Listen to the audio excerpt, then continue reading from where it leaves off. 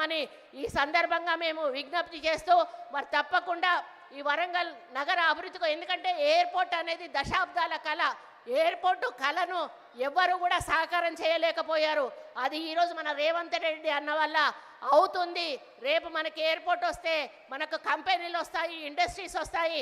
ఇటు కరీంనగర్ సైడ్ కానీ, ఇటు ఖమ్మం సైడ్ కానీ, ఇటు హైదరాబాద్ సైడ్ కానీ విపరీతమైనటువంటి మనకి ఇండస్ట్రీస్ వచ్చినప్పుడు మన పిల్లలకు ఉద్యోగాలు వస్తాయి, మనము ఆర్థికంగా బాగుపడతాము.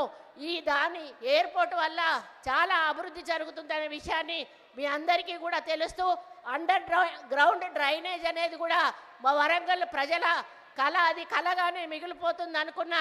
కానీ ఈరోజు దాన్ని నిజం చేసినందుకు మిమ్మల్ని ఈ వేదిక మీద నుంచి మా ప్రజల తరఫున ధన్యవాదాలు తెలియజేస్తూ, ఇంకా మీరు చాలా శంకుస్థాపనలు చేశారన్న, వాటితో వరంగల్ నగరం అంతా కూడా సుందరంగా తీర్చిదిద్దబడుతుంది.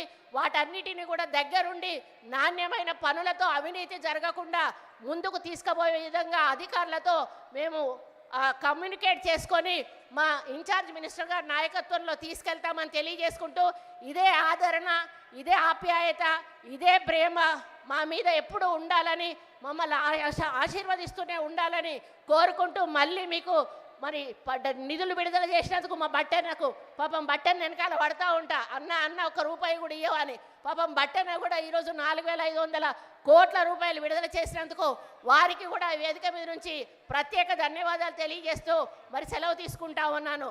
జై కాంగ్రెస్!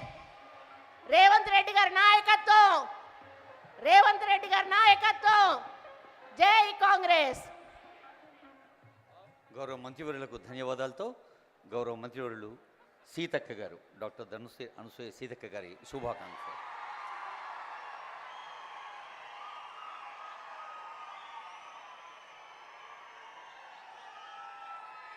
జోహార్ ఇందిరమ్మ, జోహార్ ఇందిరమ్మ.